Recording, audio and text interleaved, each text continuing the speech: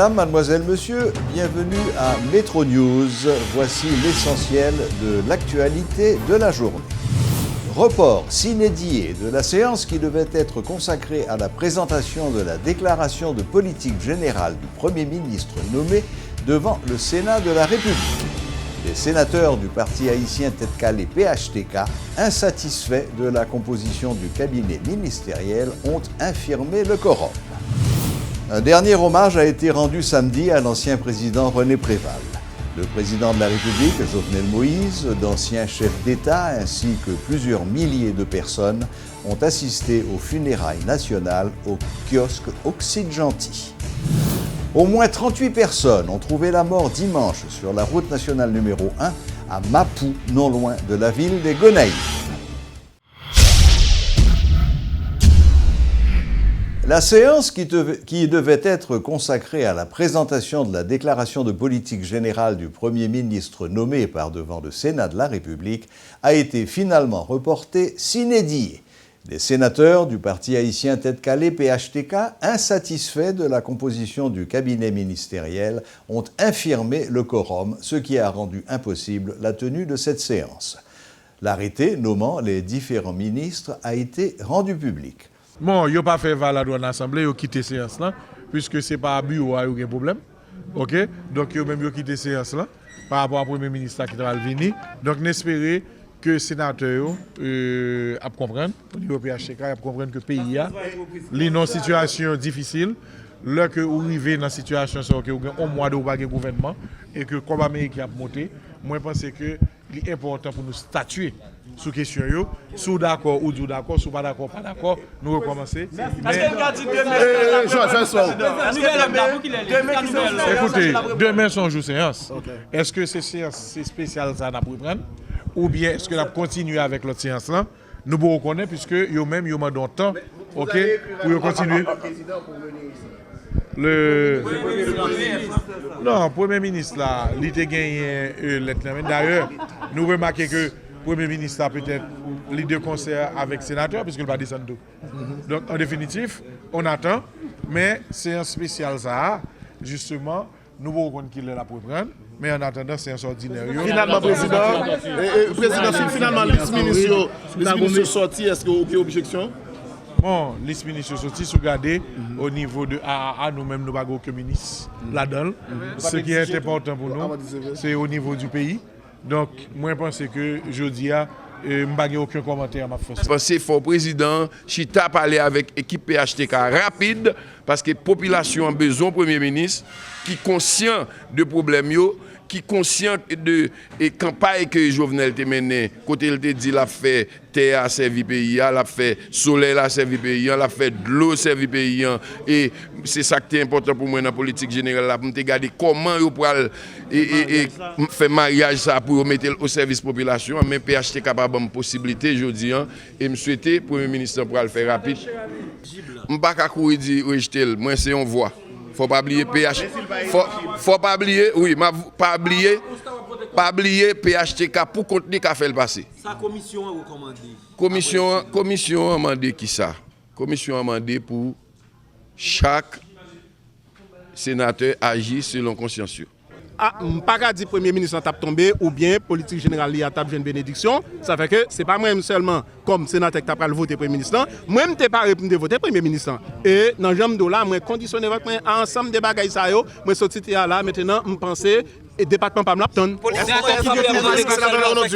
Finalement, le problème, c'est un problème de partage de responsabilité, c'est ça? Non, je ne pas dire qui ça fait sens pas fait aujourd'hui là. C'est un ensemble des sénateurs. D'ailleurs, un quorum, ok, mais vient gagner une suspension d'audience, quorum là vient infirmer, ça fait que je pense que c'est un problème. Pourquoi il y a un problème dans le pas dire deux mots dans le problème. Le problème dans le problème de pas joindre. Merci beaucoup. Notons que si Jacques-Guy Lafontant obtient un vote de confiance sur sa déclaration de politique générale au Sénat, il se présentera à la Chambre basse pour faire le même exercice avant de devenir chef de gouvernement. Si le Premier ministre échoue dans une des deux chambres, le processus recommence. Le président Jovenel Moïse sera dans l'obligation de nommer un autre Premier ministre. Le président de la République, Jovenel Moïse, accompagné de la première dame, Madame Martine Moïse, a participé ce samedi 11 mars 2017 au kiosque Auxil-Gentil Champ de Mars aux funérailles nationales de l'ancien président d'Haïti, René Préval. La cérémonie funèbre a réuni entre autres l'épouse de l'ex-président Préval, Madame Elisabeth Préval, les enfants et les membres de la famille, les présidents des deux chambres du Parlement, le Premier ministre, Monsieur Jacques-Guy Lafontan, le secrétaire général de l'Organisation internationale de la francophonie, Madame Michaëlle Jean, d'anciens chefs d'État, d'anciens premiers ministres, des parlementaires, des membres du gouvernement, du pouvoir législatif, du corps diplomatique et consulaire, d'organisations politiques et de la société civile, d'organisations du milieu rural, du secteur privé des affaires, d'organisations internationales, religieuses et des représentants des Kazekhs et Azèques, ainsi que des milliers de citoyens. Le président de la République a salué la mémoire de René Préval et voit en lui un patriote exceptionnel qui n'a jamais voulu s'éloigner de sa terre natale. Le chef de l'État invite les Haïtiens à poursuivre aujourd'hui l'œuvre de ce grand fils d'Haïti, tout en tirant toutes les leçons de sa très grande expérience politique. Puis bon gens pour nous dire, aïe bobo pour René Préval, c'est pour nous mettre tête ensemble. Ma connaît force courage nous. Mettez sous côté tout ça qui divise pour nous capables de rebâtir Haïti.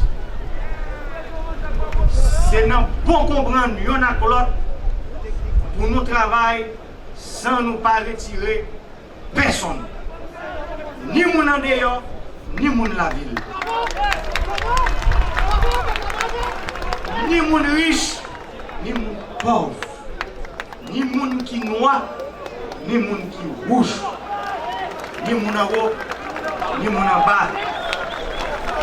Ni haïtiens qui vivent dans le pays, ni haïtiens qui vivent dans l'autre pays. Nous tous devons mettre tête ensemble. C'est nous tous qui pour travailler pour retirer Haïti dans la misère. Il faut que nous comprenions que la bonne action que les haïtiens ont posée, c'est le travail dans l'intérêt du pays. Chaque lè nous intérêt pas nous a fait intérêt pays à passer en bas pied. Faut que nous ayons courage pour nous faire bac. Faut que nous ayons courage de baisser l'ambition. Un jour, tant qu'aujourd'hui, nous même tout, nous y allons aller. Laisse ça, celle ça qu'a prêté, c'est ça nous te fait dans l'intérêt pays.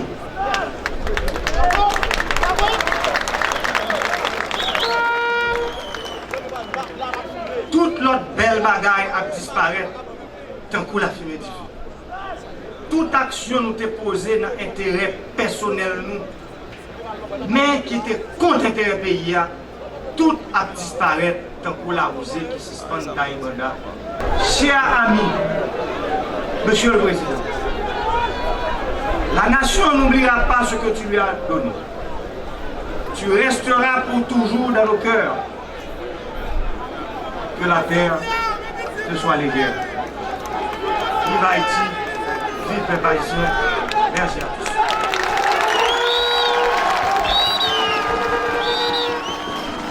Au cours de cette cérémonie funéraire, co-célébrée par l'archevêque métropolitain de Port-au-Prince, Monseigneur Joseph Lafontan, et les messeigneurs Désinor Jean et Ducange Sylvain, plusieurs personnalités de divers secteurs de la vie nationale ont pris la parole pour témoigner de leur sympathie à l'ancien président Préval.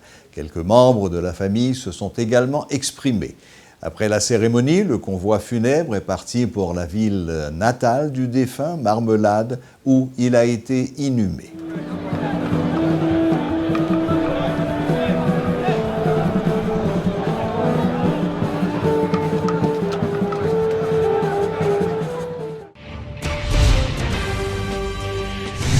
Après avoir heurté 2 piétons sur son passage, un autobus assurant le transport cap-haïtien-Port-au-Prince a foncé dimanche sur 3 bandes de rara qui créaient l'animation sur la route nationale numéro 1, non loin de la ville des Gonaïves. Selon un bilan partiel communiqué par les responsables de la protection civile du département de l'Artibonite, 38 personnes ont trouvé la mort et 13 autres ont été blessées lors de ce drame. Les blessés ont été transportés d'urgence à l'hôpital. En réaction, des membres de la population locale ont tenté d'incendier le véhicule impliqué dans l'accident avec tous ses passagers. Mais la police a eu le temps d'intervenir afin de les en empêcher. Un autre autobus revenant du Cap-Haïtien a été pris pour cible par des individus en colère. La police a dû assurer la sécurité des autres véhicules de transport en commun qui fréquentent ce tronçon. Le président de la République, Jovenel Moïse, exprime sa profonde tristesse suite au terrible accident survenu tôt ce dimanche à Mapou, à l'entrée nord de la ville des Gonaïves. Le chef de l'État, tout en exhortant les usagers de la voie publique à faire preuve de vigilance, appelle les autorités compétentes à mener une enquête au plus vite pour faire la lumière sur cette tragédie. Le responsable de la direction de la circulation et de la police routière, Jean Michelet Choute, déplore également l'accident survenu sur la route nationale numéro 1. M. Choute a déploré le fait que la police n'a pas été mise au courant de la présence des bandes de Rara sur la voie publique. Il demande aux responsables des bandes de Rara d'informer la police au moment de leur sortie.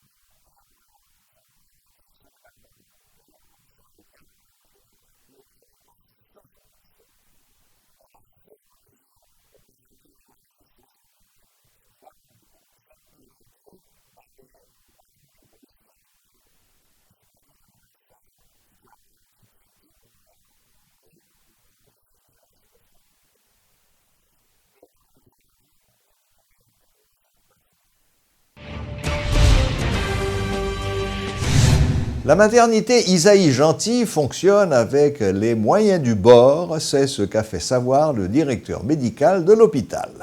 Lors d'une interview exclusive accordée à Radio et Télé Métropole ce lundi, le docteur Raymond Fleurimont a évoqué les différents problèmes auxquels fait face l'institution depuis plusieurs mois, en particulier le manque de médicaments et d'intrants.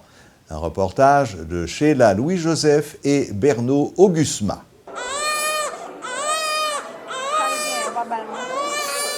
Nous sommes à la maternité Isaïe Gentil, communément appelée Hôpital Chancerelle. Médecins, infirmières, personnel de soutien sont à leur poste. Les activités vont bon train depuis 7 mois.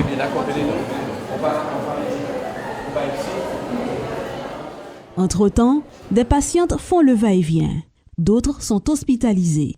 Visiblement souffrantes, ces femmes qui viennent de mettre au monde leur enfant témoignent. L'accouchement n'est pas tellement grave, je te voyais pour césarienne parce que je te voyais me dépasser. Mais bon Dieu fait grâce, bon Dieu fait ma fait couche normale. Là, je fais premier petit, ça fait mes deux petits. Tout le a été dur un peu. Depuis à 10h du soir, on a couché à 4h à 21h. Entre les pleurs des bébés et les gémissements des mères, la maternité Isaïe Gentil fonctionne avec les moyens du bord, si l'on en croit le directeur médical de l'institution. Construit en 1947 sous le président du Marseille estimé, cet hôpital situé sur la route nationale numéro 1 de la commune de Cité-Soleil, près de Pont-Rouge, a pour objectif de fournir des soins gratuits aux femmes défavorisées vivant dans les environs et dans les zones avoisinantes. C'est l'hôpital qui recevra par jour entre 150 et 200 personnes. Et il y a des périodes de l'année où chiffre plus haut. Nous réalisons entre 20 et 25 accouchements par 24 heures. Et nous faisons près de 7 à 10 opérations par 24 heures. Cela veut dire que nous travaillons 24 heures sur 24. Pour le docteur Fleurimont, gérer ce centre hospitalier n'est pas du tout chose facile. Doté entre autres d'une salle d'accouchement et d'opération, d'une clinique prénatale, d'un service de néonatologie et d'un laboratoire, l'hôpital fait face à de sérieuses difficultés. Il manque des médicaments et des intrants, déplore le responsable. La capacité à multiplier 3 fois, compte tenu de cas qui viennent joindre nous. Donc, les gens qui sont venus, les gens qui n'ont pas 5 copines, elles ne peuvent même pas payer la pitance qu'on leur réclame. Donc, les gens aussi avec les médicaments que l'hôpital achète, l'administration achète à crédit, ces médicaments que nous donnons gratuitement à ces patientes qui nous arrivent, rien que pour les sauver. Dans l'intervalle, il faut prendre en considération les enfants prématurés. Or, seuls 4 incubateurs sont en état de marche. Nous en avons d'autres qui sont en panne. Donc c'est très difficile de trouver des techniciens pour les réparer.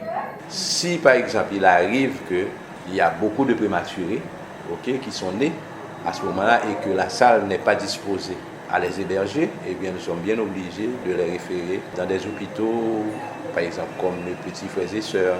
À ce sujet, le docteur Raymond Fleurimont dit avoir recensé 3 cas de mortalité maternelle à l'accouchement depuis son retour à la tête de l'hôpital en juillet dernier.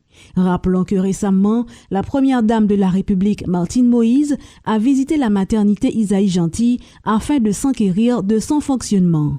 Une visite qui, selon le directeur médical, laisse entrevoir une lueur d'espoir pour l'institution. Redonner confiance à la jeunesse haïtienne, c'est dans ce but que le Centre de leadership, d'action sociale et entrepreneuriale en Haïti a mis en place un programme de partenariat entre les élèves du lycée Alexandre Pétion et 2 entrepreneurs haïtiens. Ce séminaire d'une journée qui a eu lieu ce lundi avait pour thème « Un élève, un entrepreneur ». Il a été suivi par une centaine de lycéens qui voulaient obtenir des renseignements quant à leur future carrière. Suivez ce reportage de Jérémy Tillon. La jeunesse haïtienne serait-elle en manque de modèles ? À en croire la coordinatrice du programme Classe Haïti, la réponse serait plutôt oui si l'on regarde sur les 5 dernières années les personnalités ayant servi de boussole à la nouvelle génération. À cet effet, Corinne Sylvain a organisé un séminaire pour donner la parole à 2 entrepreneurs de la capitale. Partager leur expérience, encourager et soutenir les initiatives des lycéens, tel était le but de cette journée pédagogique. Dans le cadre de la campagne, les jeunes vont gagner possibilité pour chita ensemble avec des entrepreneurs qui vont partager l'expérience ensemble avec les jeunes et aider à développer l'esprit de créativité, aider à en gros et en loge qui est entrepreneuriat. À travers différents témoignages, l'ensemble des élèves a pu se faire sa propre idée sur les difficultés à venir, certaines astuces pour gagner du temps ou éviter de faire des erreurs de débutants. Le plus gros problème auquel sont confrontés ces jeunes est l'absence de contact direct avec des décideurs d'entreprise, notre pays fonctionnant plutôt sur une logique de parrainage ou de référence. D'ici 2020, ces étudiants risquent d'intégrer les universités et écoles techniques sans jamais avoir eu d'échange avec des professionnels, d'où la création de ce programme. Donc je dis à Jean Noël monde là évolué, donc le leadership c'est lui qui sous scène discours tout chef d'entreprise, tout chef multinationaux que ce soit partout dans le monde. Donc Haïti lui-même je dis t'as dû mettre update en rapport avec sacré le leadership là. Comme nous le confirme cet étudiant, ce programme va lui permettre d'être plus à même d'affronter les difficultés du monde de l'entreprise grâce à ses échanges en face à face avec des décideurs, un partage d'expérience qui va les pousser à se remettre en question. C'est une très belle initiative côté que yo entreprend, il a fait une séance de formation pour jeunes avec jeunesse capable de remarquer que à propre même mais qui type d'entreprise qu'elle est capable de créer pour propre même pour capable entrer l'argent dans poche. Classe Haïti a le mérite de donner un coup de projecteur sur un sujet tabou en Haïti, à savoir la prise en charge de nos étudiants en termes de leadership. Une centaine de lycéens ont pu, grâce à ce programme, avoir des précisions sur leur devenir, une initiative à renouveler le plus souvent possible. Voilà. La boucle est bouclée. Merci de votre fidélité et à la prochaine, même heure, même chaîne.